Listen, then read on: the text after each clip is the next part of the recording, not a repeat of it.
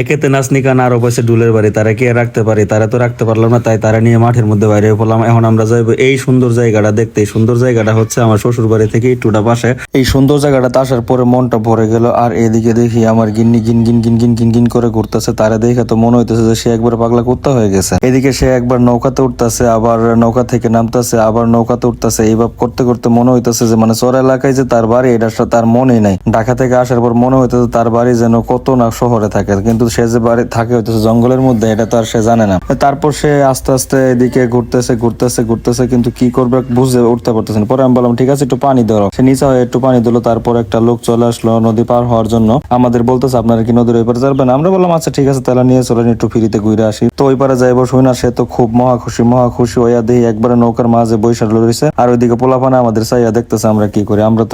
আমরা তো পাগলের মতো ভিডিও করি। তো চারপাশে সুন্দর দৃশ্য ভিডিও করতে করতে আমরা নদীটা পার হলাম। আর যে লোকটা পার করে নিয়ে গেল সে তারে অনেক ধন্যবাদ, কারণ তার জন্য আমরা নদীটা পার হতে পারছি। তারপর আমার জিজ্ঞাসা করতেছে আপনি কি নৌকা নিয়ে আসতে পারবেন? আমি মনে মনে বলি সারা জীবন তো নৌকা টানছি, আর এখন তো অনেকদিন হয়ে টানা হয় না, দেখি কি করা যায়। পরে সে আমাদেরকে ওইখানে নামায় দেওয়ার পর আমরা চলে আসলাম নদীর এপার। আর এই পিচ্চিটারে দেখে আমাদের শৈশবের কথা মনে পড়ে গেল। ওই জীবনটা কতই না সুখের হয়। আর তাই পিচ্চিটার আমি বললাম যে একটা চা দাও, আমি চা খাই।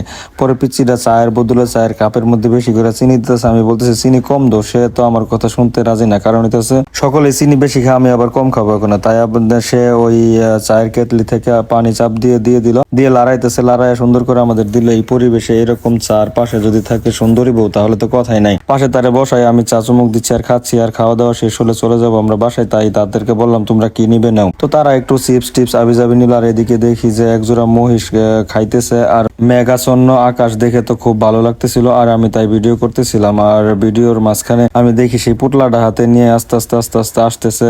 তো তারপর এদিকে দেখি জুতা নাতে কাঁধে রাখা এদিকে কিছু শিক্ষিত কামলা ধান লাগাইতেছে। আমি তাদেরকে একটু ভিডিও করে নিলাম। আবার এই পাশে দেখি ট্রাক্টর দিয়ে হাল বইতেছে। ট্রাক্টর দিয়ে হাল বাওয়া এটা সচরাচরই দেখা যায়। যাই হোক গ্রামের পরিবেশ এরকম দেখে তো খুব ভালো লাগলো। তারপর চলে আসলাম এদিকে একটা জেঠা শ্বশুর চাচা শ্বশুর তাদের বাড়িতে। আইসা দেখি বাড়ির মাঝখানে একটা কাঁঠাল গাছ। তো এই কাঁঠাল গাছটা দেখে মনে মনে ভাবতেছিলাম যে একটা কাঁঠাল যেমনি হোক নিতে হবে, কিন্তু এদিকে দেখি বউ দুইটা কাঁঠাল নিয়ে হাতে নিয়ে একদম গিন করে বাড়ির দিকে রওনা হলো। পরে আমি বললাম যে ফকিনির মতো যে কাঁঠাল নিয়ে মানুষের কাছ থেকে কুড়াইয়া নিতেছো এটা কি ভালো কাজ করছো? পরে সে বললো যে না আমি ফকিনির মতো নিয়ে আমারে দিছে তাই আমি নিছি। তারপর সে কাঁঠাল নিয়ে বাড়ির দিকে আসতে থাকলো। আমি বললাম যে ইস কি ফকিনির মতো দেখা যায়। তাই আমার কথা শুনে সে কাঁঠাল দুটা মাটিতে ফেলে দিল আর বলতেছে আমি নিয়ে যাবো না, এবার আপনি নিয়ে যান, আপনি খাবেন আপনি নিয়ে যান। তাই তার বুঝাই টুজাই আবার নিয়ে বাসায় চলে আসলাম। তাই এভাবে আমাদের ভিডিওটা শেষ হয়ে গেল। তো আজকের মতো ভিডিও থেকে টাটা বাই বাই। ভিডিওতে লাইক কমেন্ট না করলে বউ কপালে নেই।